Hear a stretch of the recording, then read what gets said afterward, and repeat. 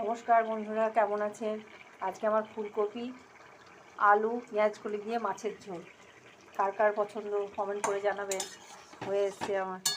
একটু ধনেপাতা দিয়ে দিয়েছি, টমেটোও দিয়েছি, ফুলকপি পেঁয়াজকলি দিয়েছি, পেঁয়াজটা দিইনি। এই যে পেঁয়াজকলিটা ওই এর সময় কষিয়ে নিয়েছি। সব কিছু দিয়ে মশলা দিয়ে একটু কষিয়ে নিয়ে আজকে আর দিইনি, কাঁচা পেঁয়াজ কেটে দিইনি, আমি পেঁয়াজ কলি দিই। পেঁয়াজ পাতা দিয়ে করে, তো আমার পেঁয়াজ পাতা নাই, পেঁয়াজ কলি দিয়েও খুব ভালো লাগে। আপনারাও করে দেবেন। ফুলকপি দিয়েছি, আপনারাও করবেন, করে দেখবেন। এইভাবে খুব ভালো লাগে, স্মেলটা খুব সুন্দর হয়। টমেটো ধনেপাতা সব দিয়ে ঝোলটা একটু কম করেছি, বেশি পাতলা ঝোলটা অত ভালো লাগে না। হয়ে এসছে, আমি নামিয়ে নেব। কেমন হয়েছে কমেন্ট করে জানাবেন।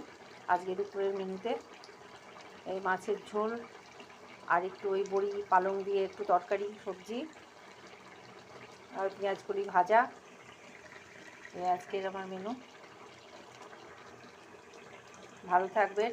ভালো লাগলে আমার চ্যানেলে, আমার ভিডিও ভালো লাগলে সাবস্ক্রাইব করবেন, চ্যানেলটা সাবস্ক্রাইব করবেন। আপনারা বারবারই বলি, একটু ভালোবাসা দেবেন, লাইক কমেন্ট শেয়ার করবেন।